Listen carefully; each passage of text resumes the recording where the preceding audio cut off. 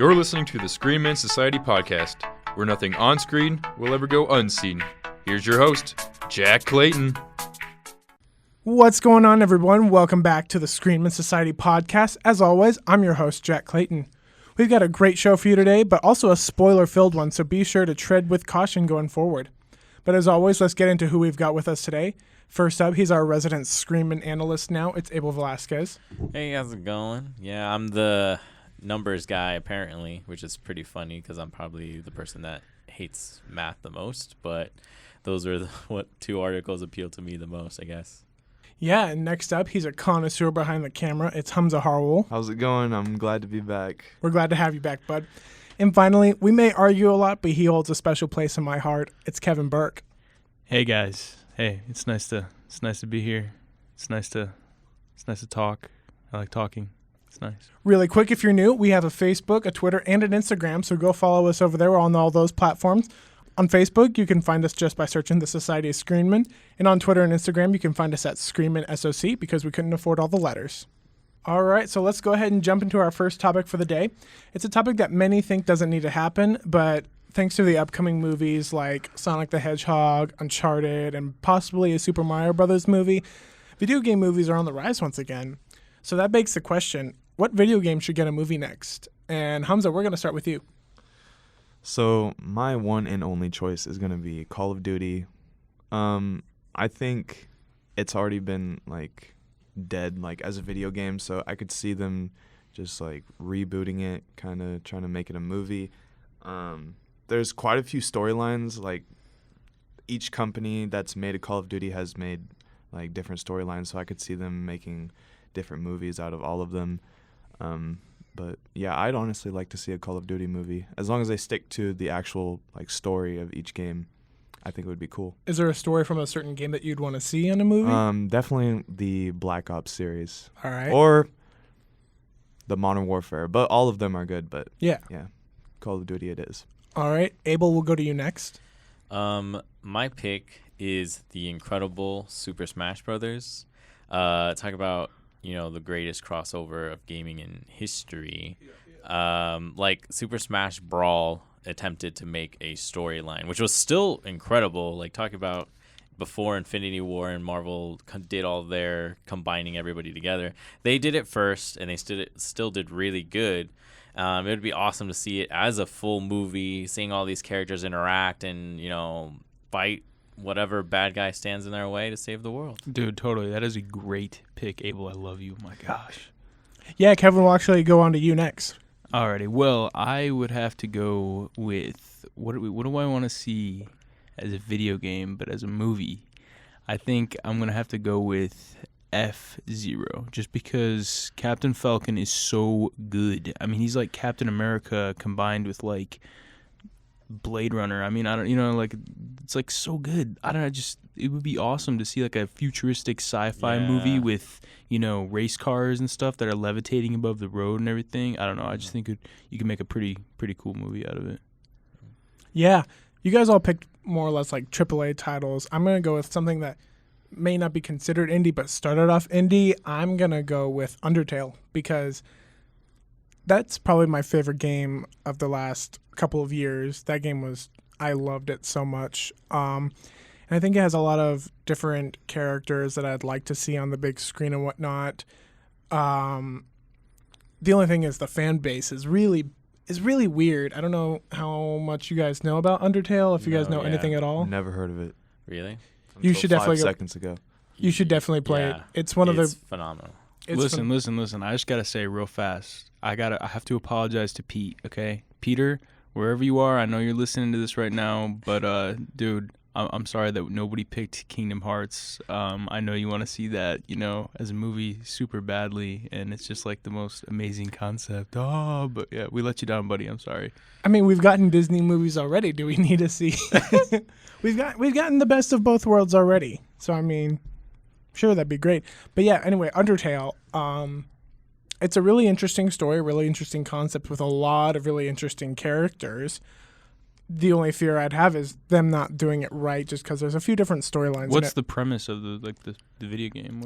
So the premise is it's an RPG game, and basically this kid falls down a hole into a world full of monsters, and it's just trying to get out. But at the beginning of the game, you're led to believe that all these monsters are bad, but as you go on, you learn that all these monsters are actually really good. And the premise that they advertised the game was it was an RPG where you don't have to kill anyone, and that's very much the case. That's all I'm going to say so that I don't get into spoiler territory. But yeah, I think it'd be a really interesting movie story to see explored on the big screen. Right.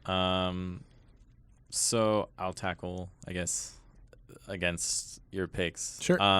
I'll tackle Undertale first, since I'm probably the only person that knows the game thoroughly enough. Yeah, shame on both of you for not knowing what that is. It was one of the biggest games of 2016. The game was phenomenal. Yeah. Like you could make the biggest argument that it was the best game of that year. Mm-hmm.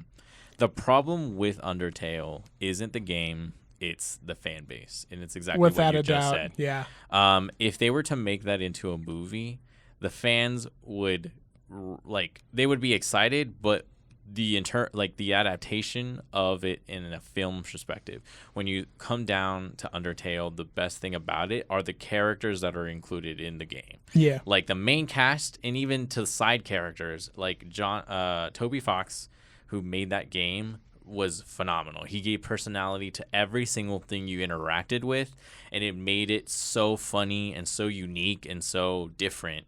But when studios are trying to adapt that to a film, people are going to be super critical of how they see those characters because they're so great in the game.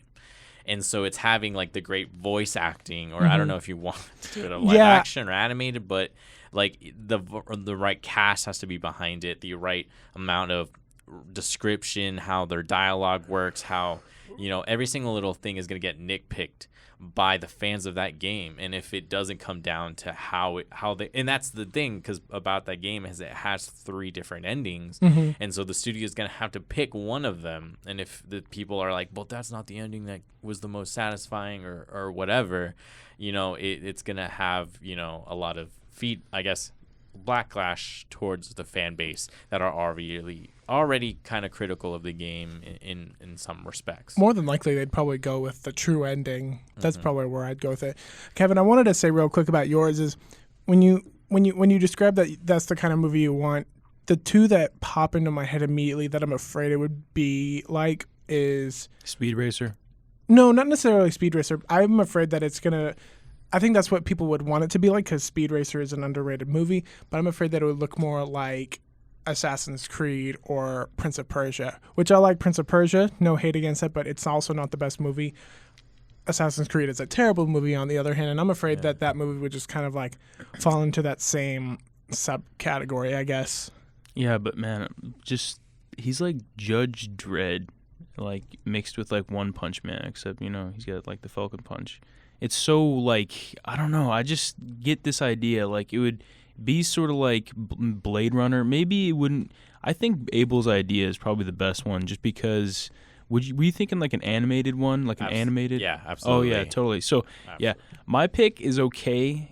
Just as a solo movie, it's F-Zero, Captain Falcon. I don't know, whatever they'd call it, but yours, Captain Falcon's already a part of that. Exactly. So would your Captain Falcon be animated so that he can easily just cross over into Abel's? Oh no, I was thinking live action. Oh, okay. I was thinking, a pretty, a strong character. No, I think F-Zero could work only because there is very little games, if only one game out of the entire Nintendo library, and it doesn't really talk. So I think that could be something that they could create out of that game, but because there isn't a lot of source material, it really brings down to, what are they going to do with the character? And that's where it could potentially go wrong, because you don't have a basis for his character.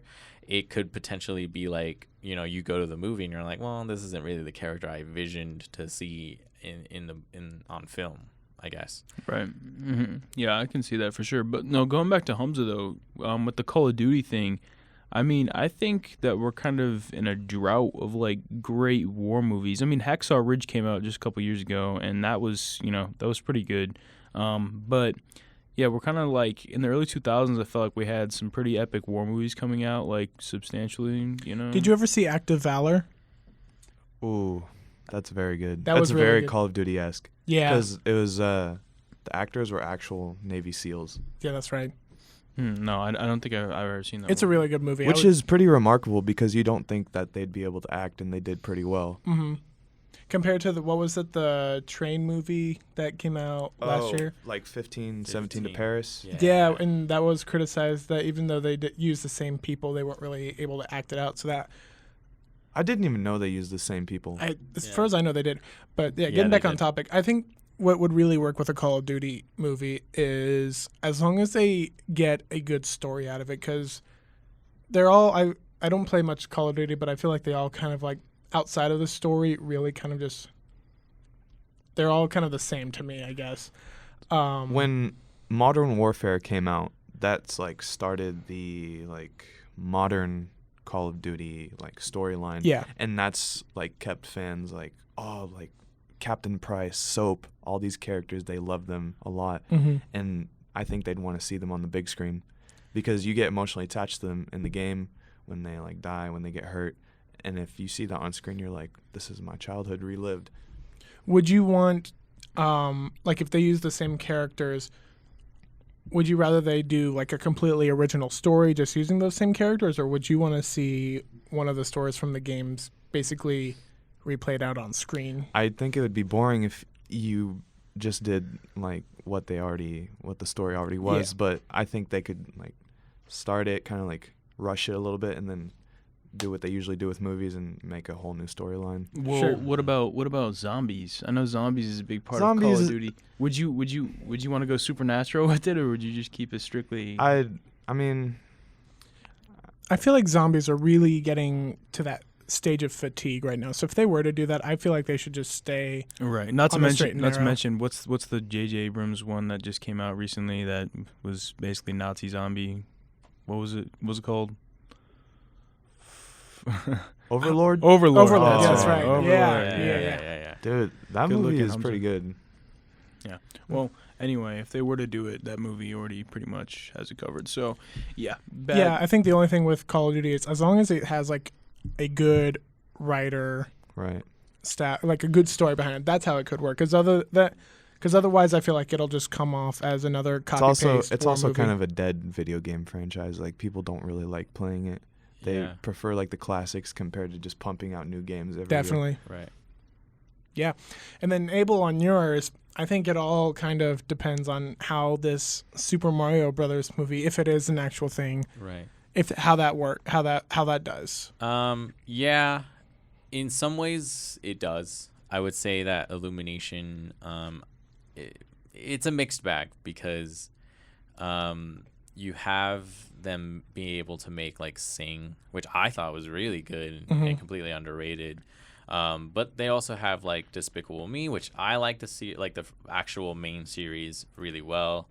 If a minion is put in the Super Mario Brothers movie, I will never spend another penny on Whoa, it. whoa! Hold up! The minions are like somehow Illumination has like mastered the ability to have characters that literally don't say anything. So Yeah, and have a lot of personality. Super Mario and like Luigi, they don't Yeah. really ever they talk don't really besides talk. little random So if they can somehow figure out a way to make a Super Mario Brothers movie that works, that's Yeah. Well, that's the thing is like in Super Smash Brawl, you had no dialogue. It was all just them moving around, Right. them with facial expressions. Like you were able to follow the story, like without them having to talk with each other, and that's also what made it really good is that the expression of the villain Taboo, which has a lot of metaphorical stuff because like there's a larger Super Smash Brothers lore in there, but like that whole story of them having to join together to save like their world was really cool and really refreshing. And so yes, if Illumination has success with Super Mario Brothers and then they're like, oh wait, maybe Nintendo will have more faith with us to make more and more characters, that's one way to do it. Another way to do it is to just follow a Brawl template and then be like, listen, we want to make an ambitious type of crossover event. So let's just make these characters as they are and just move them over into a big screen craziness ensemble, which I think would still be really great to watch. I'm real skeptical about Illumination right now, just based off the fact that they're trying to reboot Shrek, and that seems a little sacrilegious. So if they do end up going with that, I'm gonna be iffy on whatever else other movie that they do. How can they do that? Because DreamWorks, that's a DreamWorks. Yeah, that's a DreamWorks own property. That's one of the big 3 DreamWorks properties. Yeah, but it's there's talk that that's what they're trying to do, is do a reboot of Shrek instead of doing Shrek 5 or some way or another. Just gonna reboot it? I don't know. But that's just the rumor right now, is that Illumination is trying to reboot Shrek, which I do not want. I don't know how obviously. that's possible unless Illumination and DreamWorks are like in a collaborative effort or something like that. Yeah. The only way I'd be okay with that is if Shrek does end up in a Smash movie, which I'll watch just for that reason. Nintendo is pretty ambitious. I mean, you're talking about characters like Sonic. They got Solid Snake in there too. They are getting Sonic everything and everything. Yeah. When you're combining the power of Nintendo or something like that, like it would be pretty crazy. That's why I feel like a Super Smash Brothers movie would be really cool and really refreshing, and like it would just be fun to see all of these characters that we grew up with throughout like the 80s and 90s and 2000s, like finally have this awesome crossover, but on like a film that we could watch with kids and adults even enjoy this awesome. Yeah, it'd be awesome. But wait, so are you saying that they make like a Legend of Zelda movie and then make like an F-Zero movie? I think they could go that route. Go the route of the MCU where they do everything and then build up to that. They could do that. As long as they don't do what like the Dark Universe was trying to do. That would work. Yeah. I think that, but that's the step. I feel like the problem with the Dark Universe is that, again, like kind of how DC was putting a lot of things together really quickly. Yeah. I think the organic way is to have separate movies and then have maybe an Avenger-esque Super Smash Brothers where like you're combining the first original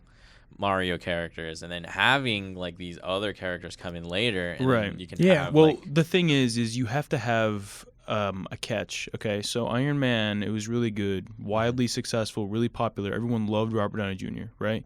And that's why the Marvel Cinematic Universe started, was because of that popularity. It was like a fire. It just, boom, it ignited just like that. So with The Mummy, I mean, Tom Cruise is a big actor and everything, but I don't really think anybody was put in a good position to start up a universe when your first, film is whatever that half-ass was. That was it was poorly thought out, poorly planned. Yeah.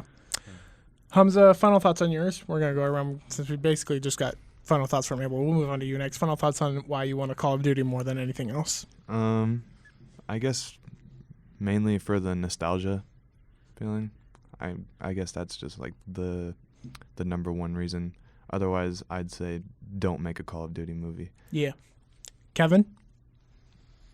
I think that the best option is the Super Smash Bros. Option. I mean, I can't wait. If Illumination is getting this, Super Mario movie out there, I'm really excited for that. That sounds great to me. And if they want to make it bigger and go like Super Smash Bros. Except on the big screen, that'd be awesome. There'd be no complaining from me as long as they do it right. Yeah. Any movie studios listening, please do not make an Undertale movie. I only chose it for the sake of conversation. Please don't actually make it. Please move forward with the Sly Cooper movie that you were saying that you were making, but we never got. But that's all I'm going to say about that. Right. Next up, the final season of Game of Thrones will be airing here in a few weeks. And on one hand, it's really exciting because, it's been Game of Thrones. We've been building this up for years. But on the other hand, it's really depressing because it's actually coming to an end, and it's one of my favorite shows. But with that in mind, I want you guys to give me what you think will be the next big show after Game of Thrones. And Kevin, we're going to start with you. Are you kidding me? This is the easiest question of all time you could have ever asked, Jack. I mean, man, you're not sharp anymore, man. You used to be like I know, it's not like we spent like 15 minutes before we actually started recording trying to decide what we were going to pick. Hey, look, listen, everybody. I am going with the greatest show of all time. All right. I'm going with Riverdale, okay? Because you want to know why? Because the show is weird. I don't know if you've noticed this or not. I don't know if you've watched it recently, but it's weird. Okay, the show's great. I mean, it's great because it's weird, and I honestly don't have anything else to say. I mean, Archie Andrews, a smoking hot, redhead, like, oh, there's no way it's not gonna be like the #1 show in the world by like season 5. I mean, come on, let's be real. How often do you watch Riverdale? I watched it. I've rewatched it about 7 times. I just can't get enough. I just love Riverdale so much. I mean, Archie Comics is already like, I read Archie Comics. Do you guys still read Archie Comics? I read one once when I was like a kid. Well, I read them every single day. I have a huge collection. I have thousands of Archie comics, just from dating back all the way to like the late 70s. I have so many. It's ridiculous. But yeah, just the characters, like their chemistry, Betty and Veronica and Archie and Jughead. I mean, come on. There's no way that this show is just going to be, it's going to be thrown on the back burner. It's going to be the #1. I mean, you can't get over those rock hard Archie Habs, can you? I guess not. We can't get enough of them. I guess not. Hamza, we'll go to you next. I'm going to say Black Mirror.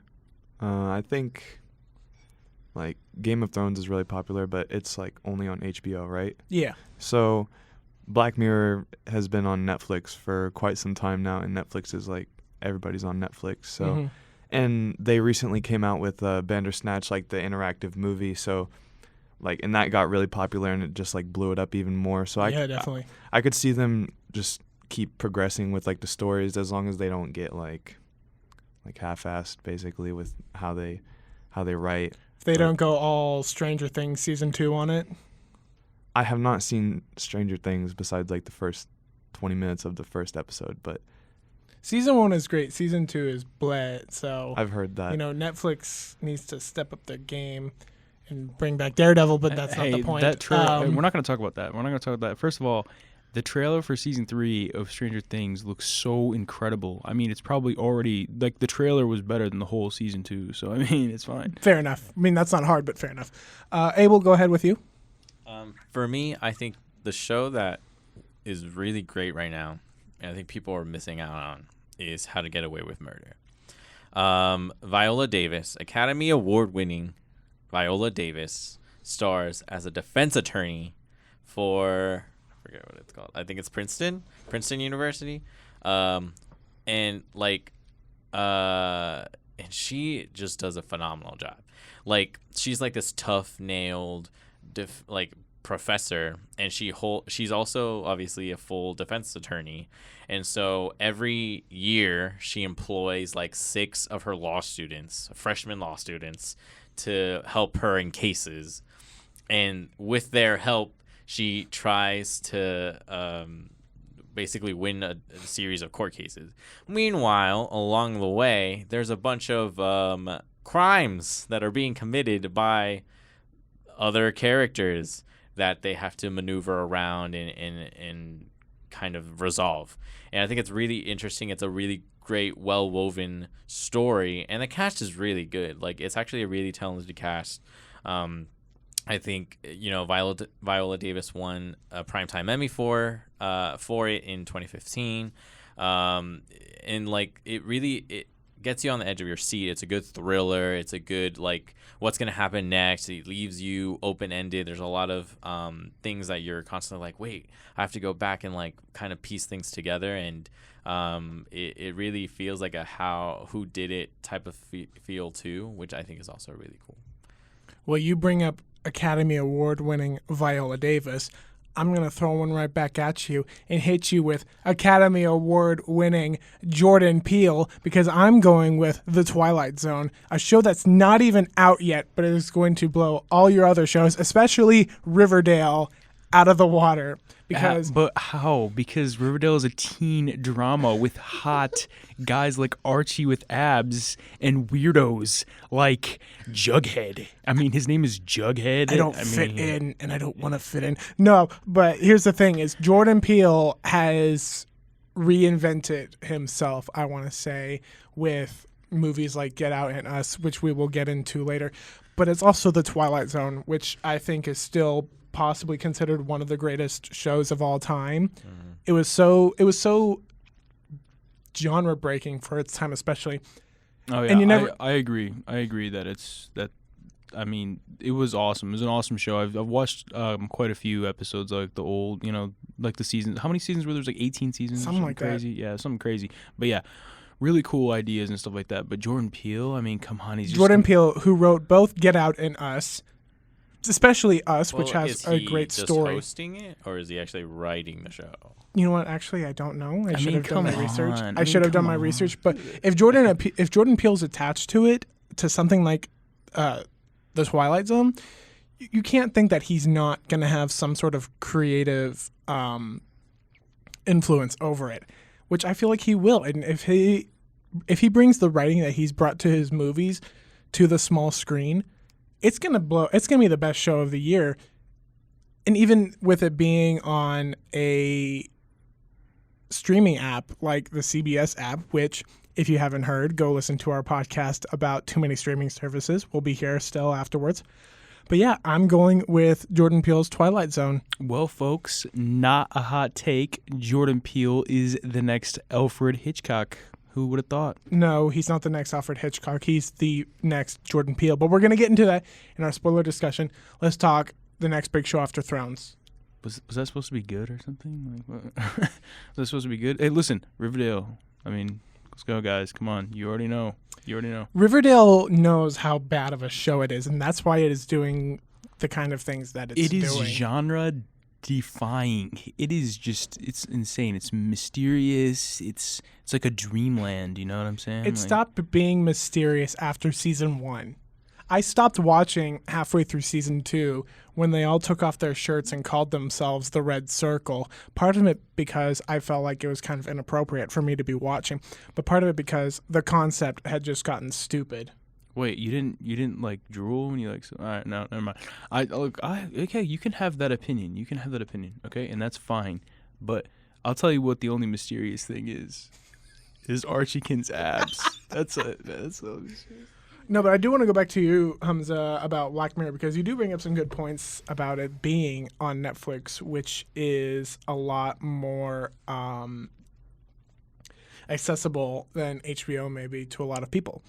So I could honestly see Black Mirror being a big show. It just does have that kind of competition with shows like Stranger Things and 13 Reasons and all those other Netflix originals that for some reason, like 13 Reasons, are doing well, but that's for another discussion. But yeah, if Black Mirror, especially with Bandersnatch, if they keep doing stuff like that, that could really turn the market towards their way and have them be the next big show. When I saw Black Mirror, I first thought it was like a modern Twilight Zone, like Sure. the old one. Yeah. But then I realized like the new one's coming out, and I was like, Black Mirror may get like put in the dirt because of that.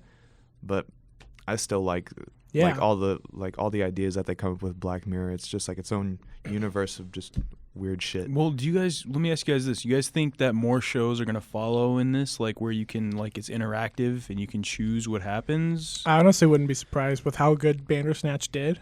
Yeah, Bandersnatch, I'm going to be honest with you. I never even knew what Black Mirror was. And then me and a couple buddies watched Bandersnatch. Shout out to Flint, Michigan. And yeah, it was just really weird. I was like, is this like a normal thing? Like, do shows do this? And then like, it was just kind of, it was cool. I liked it a lot. I can't like complain. It was awesome. Yeah, and then I'm going to go back to Abel's with How to Get Away with Murder. I feel like that show's been on for a few years now, that if it were to take the biggest spot, it would have done it already, maybe, even with Game of Thrones. Like, Game of Thrones hasn't been around since 2017. They took like a whole year and a half off. So I feel like if a show were to do something like that, it would have already done it. And then there's Riverdale, which we don't need to discuss anymore for one reason. I mean, because it's Riverdale. You guys can choose not to talk about it, but that doesn't mean that you can't dream about it. Okay, yeah, catch your breath. I know. It's hard. just get Archie out of your head and start thinking about like Jughead's hat or something, because that's weird. This whole topic was weird. Yeah, anyway. Let's get some final thoughts going around before we do, because this topic was not our best. I'm going to keep this in here. This wasn't our best one. We kind of thought this one up on the fly. I promise our next one is going to be better. But yeah, Abel, let's start with you again. We'll just go around and give one last final thought. Yeah. Well, I think How to Get Away with Murder, even if it's not going to become like this super, super popular Game of Thrones style show, I think people should definitely go watch it. Obviously, it's not super realistic to like the law, but most TV shows of that style aren't as realistic to actual jobs. But I mean, Viola Davis actually does a really great performance, and she's like, she gives a lot of great scenes. The writing of the show is also really, really good. And you get left wondering a lot of what will happen next. I know the last few seasons have been sort of, taking risk in a different direction. But if you haven't seen it, you should see it. It's pretty much worth your while. It's still going on right now, so maybe it could be even more popular after this. Hamza? Black Mirror. I think season 5 should be coming out later this year, so I'm really excited for it, and I think it could be a show that has already like broke boundaries, I guess, but it could still improve, still keep growing. I have 6 words for you. The Twilight Zone, starring Jordan Peele. There's not much more of a draw than that, Fire. Especially right now. So we're not even going to... True, it may be on All Access, but I feel like that would also get the ball rolling to actually start getting people to subscribe to it. That's yeah. We're not going to talk about Riverdale. Do you want to hear my final thoughts, Jack, real fast? Do you want to hear my final thoughts? I just want to say, guys, that I think Riverdale's going to be the next, Game of Thrones, because it's weird, and that's it. All right? There doesn't need to be a bigger explanation. It's just weird, and it doesn't fit in, okay? So there we go. There's my opinion. Nice callback to an actual Riverdale quote. Anyway, we're going to take a quick break here, but before I do, I want to give another shout out to our YouTube channel. While it may be small at the moment, it is slowly growing in numbers and has some quality content over there. Just this week, we've dropped a video review on Jordan Peele's Us, which we'll be getting into when we get back, and a video about Spy Kids 3 and Ready Player One. So if that sounds interesting to you, which it should, head on over and subscribe. And with that, we will be right back. Right, and we are back with the Screenmen Society Podcast. Hope you guys are doing well today. We're about to get into the meat and potatoes of today's podcast, so in the spirit of Philip DeFranco, let's just jump into it. Before we do, though, I should note that we are about to be trekking into spoiler territory, because today we are going to be doing a complete spoiler breakdown of Jordan Peele's Us. Yeah, so stop listening right now if you don't want to know what happens in that movie. Exactly. If you saw our YouTube video over it, you probably know that we pretty much gave a spoiler-free review over there. But now that the movie has been out for over a week, we have been able to process our thoughts. So if you haven't seen the movie yet, I recommend stopping the episode here and picking back up after watching it. I'll give you a second to do so. All right, the clock is ticking. Get the heck out of here. Also, you'll probably want to hear this afterwards because it's not going to make sense to you. Definitely not. But with that, let's discuss Us. What a movie. It was amazing. It was fantastic. Oh, man. I mentioned it. Man. I mentioned it in the Oh, man. I'm not gonna lie, I kind of like Get Out more. Really? I'm kind of the opposite. I expected more from like the double family, double person story. That's fair enough. Yeah. Yeah, the trailers made it seem that it was just going to be the 4 of them at first. But then I think as soon as the White family got taken over, I realized, okay, this is much more of like a worldwide thing. Totally. Well, Yeah, as soon as their neighbors got waxed, I was like, what? And I thought the movie was going to end right there and be like, it's happening all over the nation. And then it was going to end. And I was going to be like, oh, this movie's bad. And I wanted it to be good, but it's too bad. But it didn't end there. And then it kept going. And then the story kept going with, Lupita and her double and stuff. And it was just so good. Before we get to that, I do want to talk about the whole first time that we see that this is a worldwide thing. Because at the beginning of the movie, they have this trailer or this commercial for Hands Across America. And I remember watching it and just thinking, this is just a throwaway line. This isn't going to go anywhere. Yeah. And then we get to the newsreel where you see that they're all starting to line up.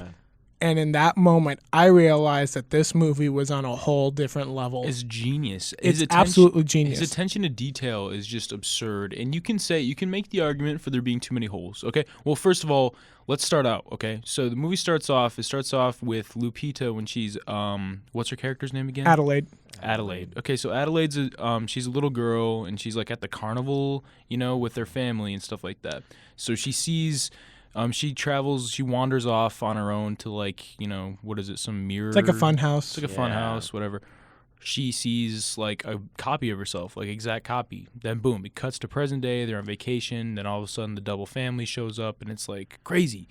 And can we talk about the twist real fast? Oh, well, maybe we can get to the twist later. Well, I'll say, I remember after watching it, at first. Well, here's something that you may not have caught, because you see the Hall of Mirrors again in present day, which I didn't catch when I saw it the first time. But in the past, it's like an Indian mirror house. Yep. And then in present day, they changed it to a Merlin underwater thing, which I think is like a kind of.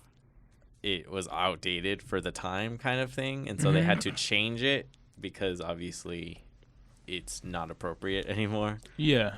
That's interesting. Which is a small detail. Sure. Another small detail, and it has nothing to really do with the plot, but it's one of those things that Jordan Peele is always just forward mind. He knows every tiny detail. He thinks, how could I make this bigger than it is, From the shirt designs, I started looking at even more things because I started picking all of these interesting things, and I was like, are they their clothing, what they're wearing, how they wear it?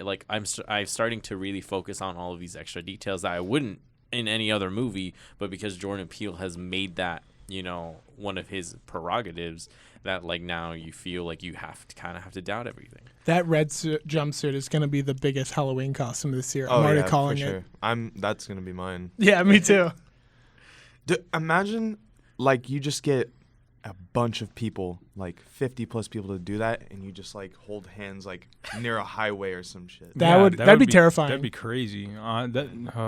The movie was just everything about it. Okay, the soundtrack was just amazing. It was great. Oh gosh. Yeah, I have actually gone back because I'm a loser with no friends and no life. So you know what I do is I go on to my music app and I find movie soundtracks and then I download them and then I don't stop listening to them.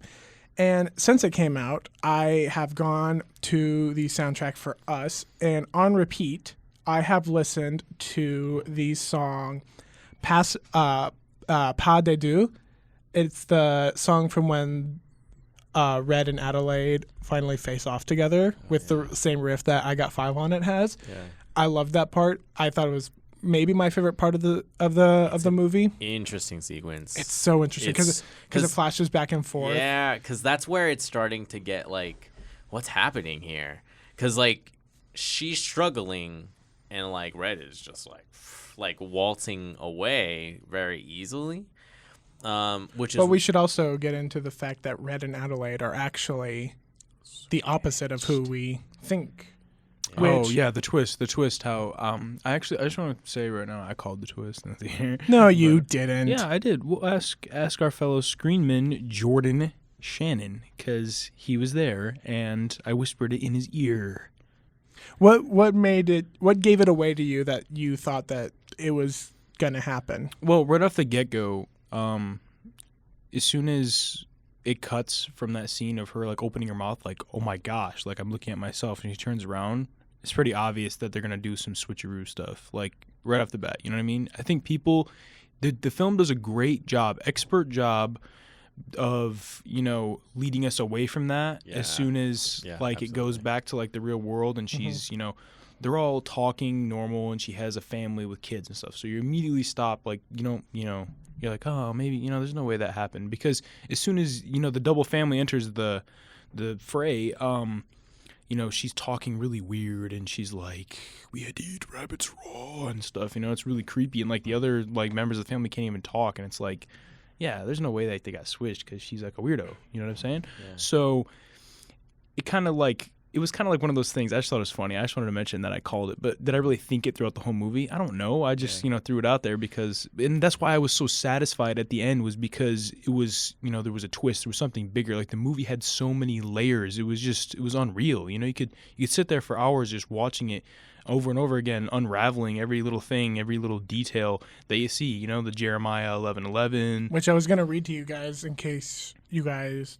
Do any of you here not know what that verse is? No. I mean, I looked it up. Yes, I did too. So I'll read it for you, Hamza.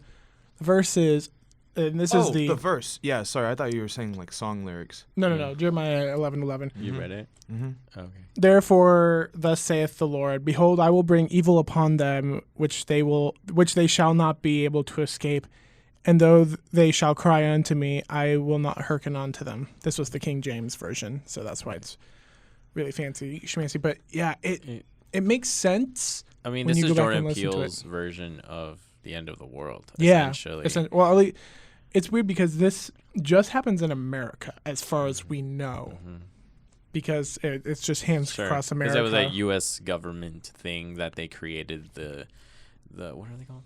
The tethered. The tethered, right? I think it's also interesting. They never actually say that it's the government. They just say experiments. They left us behind. They left. Yeah, they leave that really open to interpretation there. I think this movie deserves a sequel, honestly. Yeah. It'd be interesting.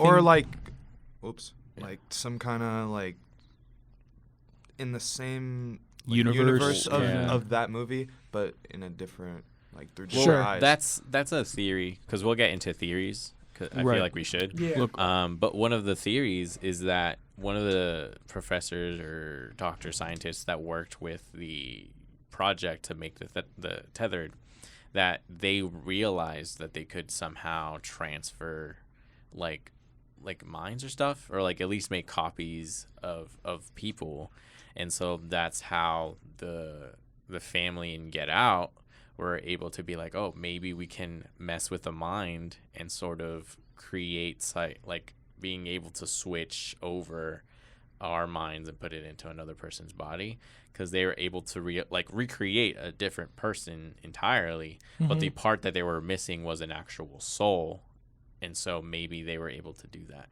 Well, it's so, because at the end of the film, right, she remembers what happens, I guess. Is that what's happening? Is she remembering that feel like she's that's the one? what it is. Because is she a bad guy then? Is she because I don't know if I would call her a bad guy. It's hard to. Yeah. It's hard to say that the tethered are bad guys. Yeah, that too. Because that's the whole thing, is because that's how it makes sense that Adelaide and Red switched each other, because if Adelaide actually got switched when she was a little girl, then she was living her entire life underground and in this society where she's not able to talk to anybody because nobody else can talk. And then a lot of these other big things that kind of get in her way. And so that's why when she comes up, she's she knows the sun exists. She knows that all of these things are, this and that. Right. Well, I guess what I'm trying to say more is Adelaide at the end, when she looks at her son and he kind of looks at her like suspect, I know, you know what I mean? It's really, offsetting, but she has a soul, right? She protected her family, and then she's kind of content with it, and she kind of smiles, and it's does she have a soul? So, yeah, I think at first she probably didn't. When we see her in the child therapist's room and then in the ballerina. But they make it very clear that thanks to dance and whatnot, she's actually able to regrow herself more or less. So I feel like that may have helped with it. I think dancing not only brought her back speech-wise, but maybe even soul-wise. She was just able to somehow just regain, or I guess not regain, but just gain that to begin with. That's what I think, maybe at least. But then we obviously see later in the movie when she kills one of the tethered twins, and then at the very end when she kills actual Adelaide, that we see her starting to go more into this guttural kind of persona. Yeah. And both times Jason, the son, sees that.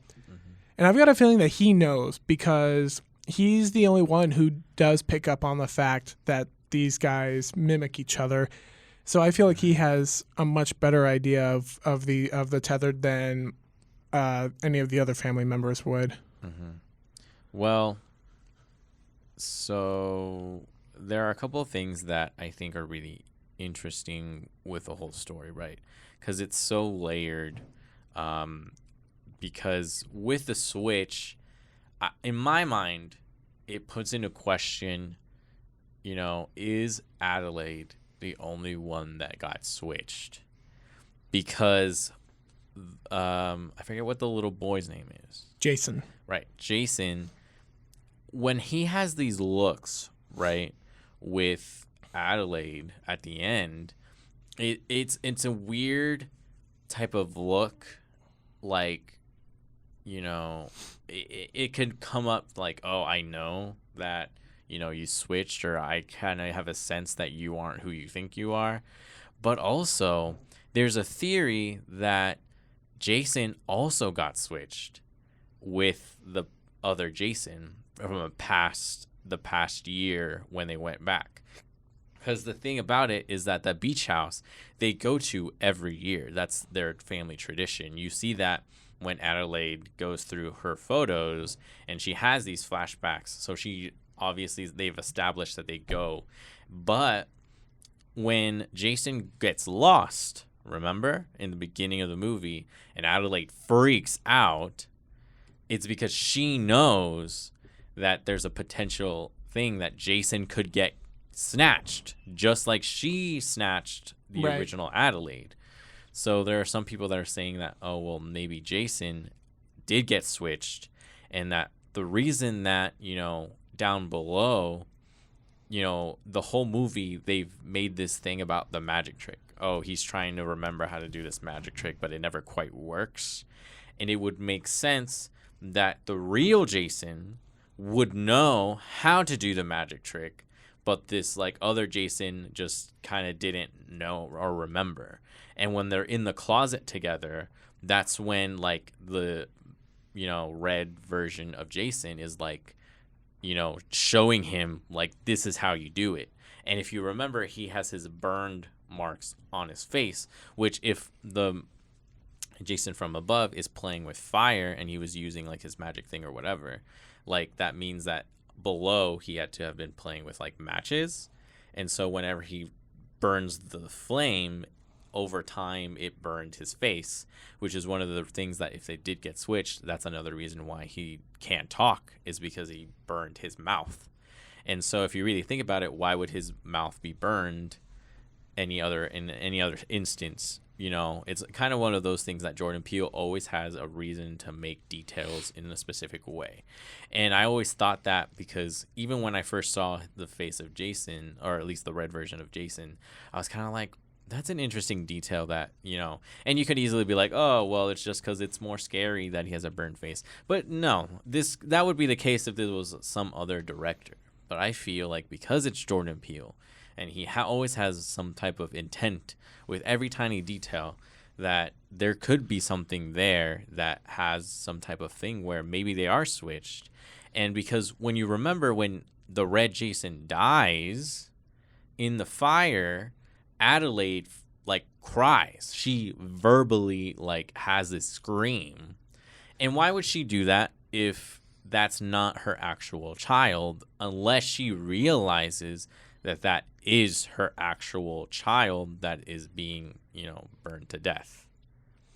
I see where you're coming with that. The only thing I would say is that it would be a really big change, because they make it seem that Pluto, who is the red version of Jason, is very much like an animal. He's very much like a dog. And so if that was the case, where the year before they had switched, that'd be kind of a big switch. Either because then you'd have to assume that either beforehand Jason was animal-like at home, or the other option is if they did switch, he became very animal-like underground. And I don't know. I think there's just something about that I don't necessarily Well, I feel agree like- with. And I think that the whole reason that Adelaide freaked out at the end was just, I think partially because that was like the tethered version of her son. I mean, partially is because it's the tethered version of her son, and then also that's technically her son since she is tethered. So I think that's why she had that emotional response to both of the kids dying. I see where you're coming with it. I just don't know if I necessarily agree with it. Right. Well, I think another detail to add is it's established that Jason's a huge animal, like, type of lover, because if you really think about it, his mask that he literally wears the entire movie is like a animal mask. And he, like, always has it around. And so if, like, this regular Jason is switched around, and if you think about it, the entire movie, what do people say about Jason? They're like, oh, he's weird, or oh, he's like has weird like tendencies. And if you remember when they're about to go to the beach, the dad, Winston Duke's character, is all like, oh, well, we wanted to go to the beach because Jason's has had a tough year and he's been acting kind of different, so we would hope that this could help him out, and he was really excited to go to the beach. And when he was on the beach, he was like making stuff in the sand, and when the twins like knocked it over, they were like, what are you making? And he was like, a tunnel.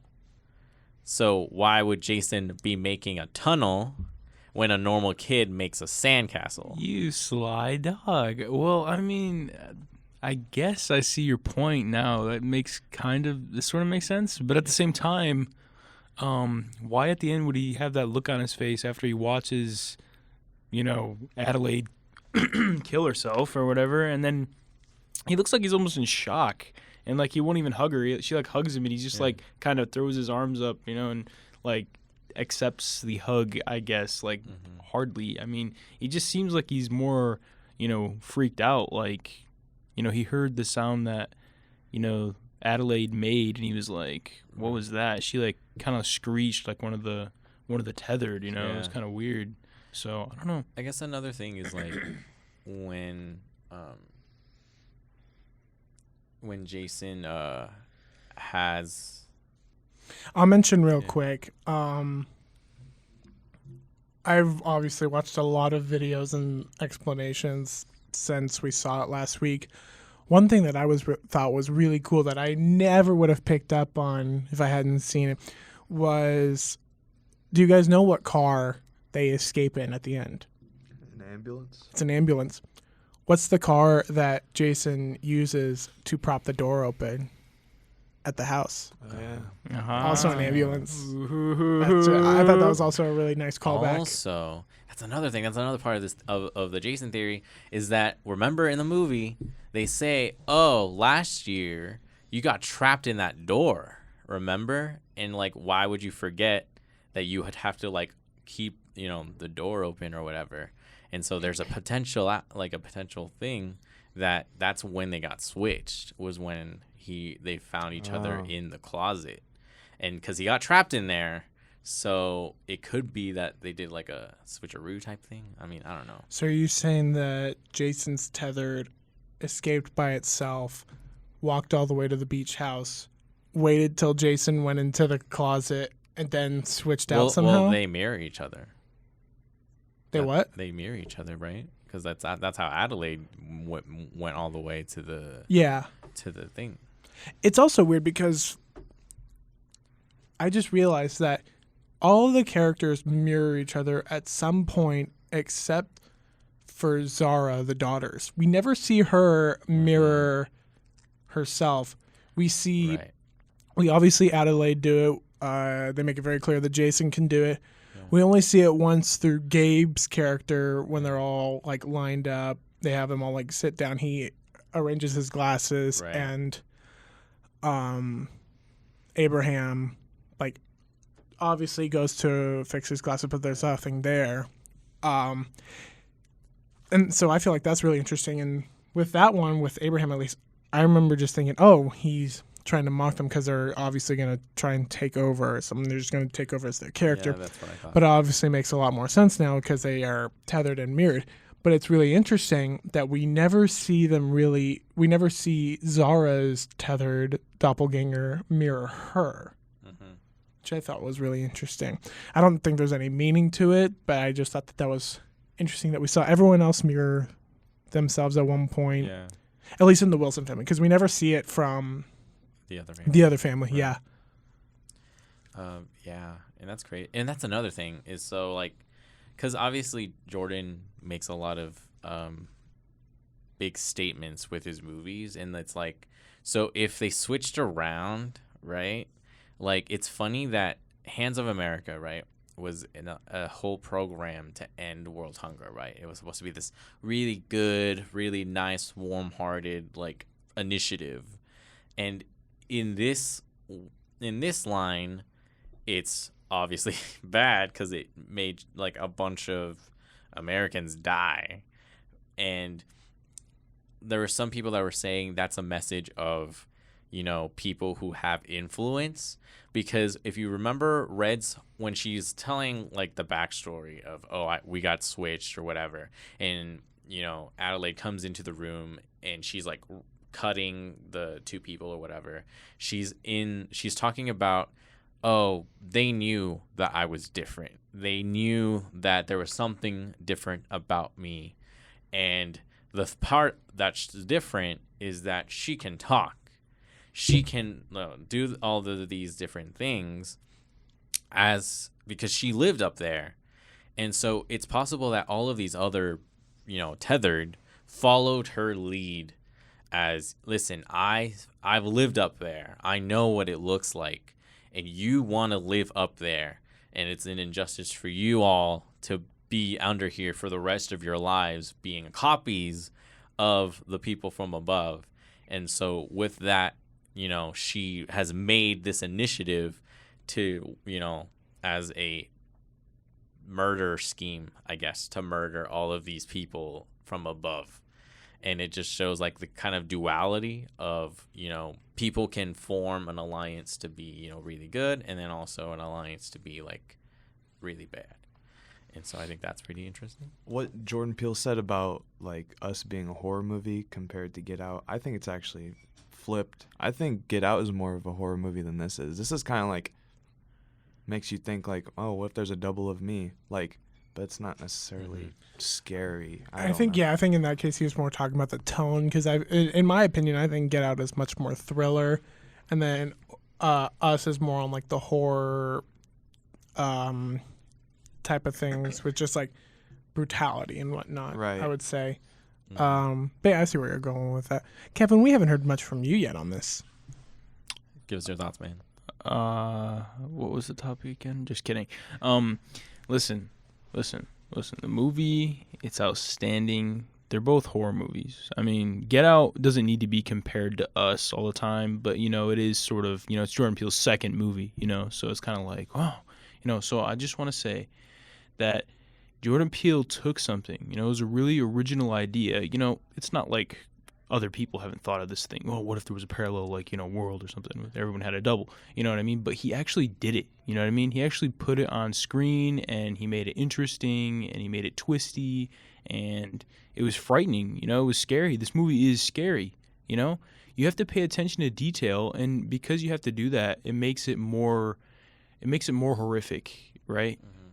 That's an expert way to make a horror film. And so, you know, I think Jordan Peele has a brilliant mind, and I think he just knows what he's doing, and he knows how to genuinely scare people other than, you know, throwing a silent, you know, scene on screen for 4 minutes with a jump scare at the end, or maybe not a jump scare. And like, It seems like it's like the guessing game, you know, with some of these new horror movies. It's like, oh, is there going to be one? Oh, no, it's a fake scare. Oh, no. Yeah, that's one thing that I love is I've seen it all week that people are saying that he saved the horror genre. I don't think that's necessarily the case, because the horror genre... No. It doesn't need to be saved. Yeah, it's just doing it differently, where a horror movie can be good without jump scares, and I feel like that's lost on a lot of people lately. Like, a lot of people I feel like that needs to be the case, but obviously not in this case. It's just a different way of doing it. Yeah, for sure. I think horror movies are evolving to where like the horrors are like within ourselves. Like, have you seen Hereditary? Oh yeah, I saw that. It was Yeah, it was a weird movie, I thought.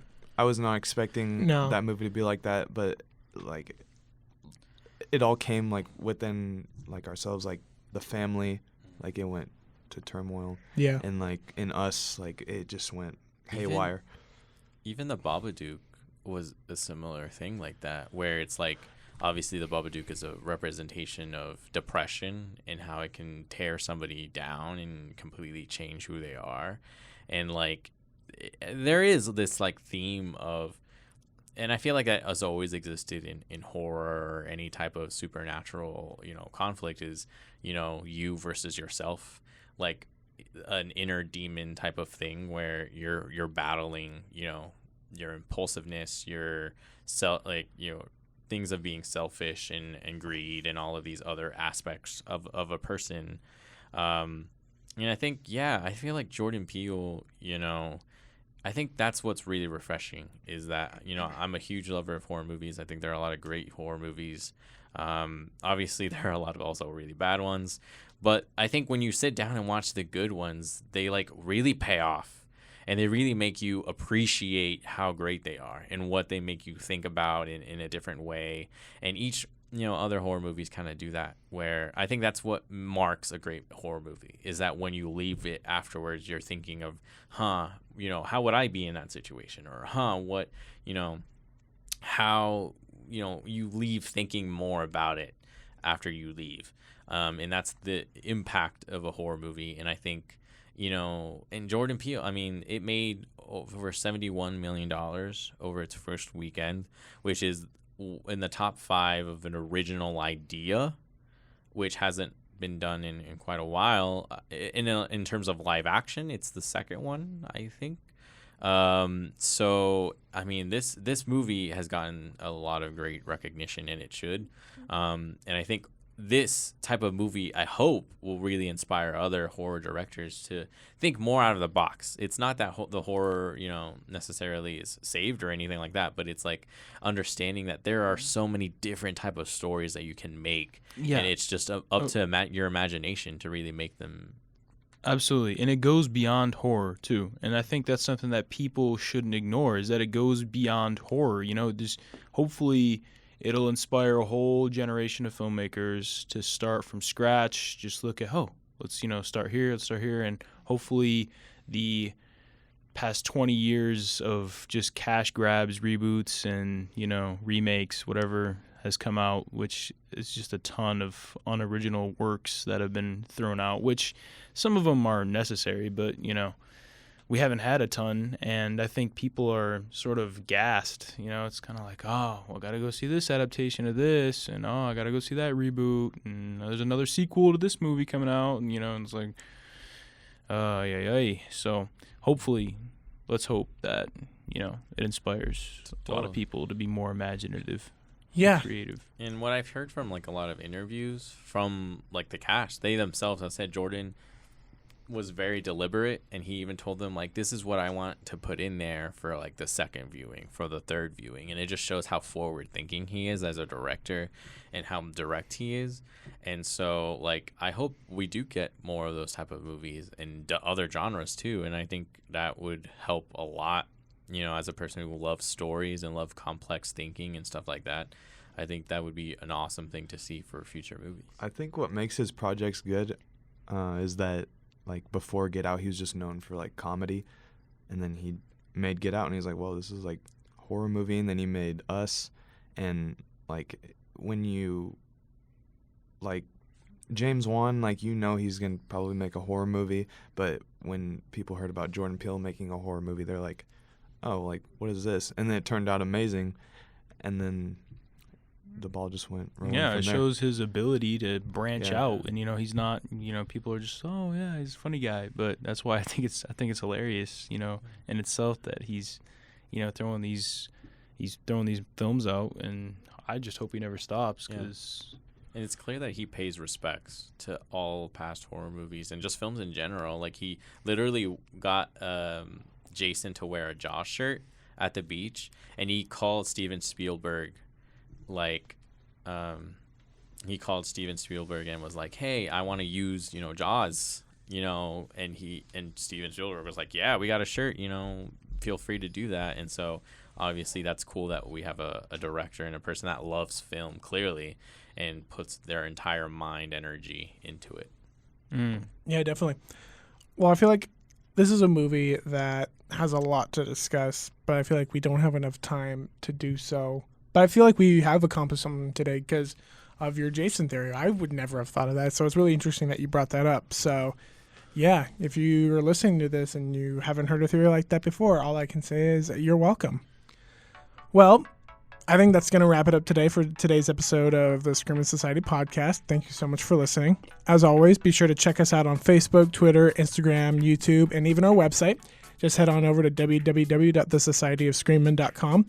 Gentlemen, is there anything that you guys want to plug or give a shout out to? Yeah, shout out to the 810. Shout out to Riverdale. Shout out to All Things Weird. Shout out to the Age of Peelian Horror. Check out all the articles on our website. There are a lot of different ones, satire, some that are really funny, some that are more analytical, some more just reviews. Check out our YouTube channel. A lot of good videos on there. Just, we're still trying to make more content, and so just wait for that. Yeah, follow us along with that. Hamza, anything from you? Jordan Peele 2020. Couldn't agree more. Well, with that said, thanks again for listening, and we'll catch you in the next one.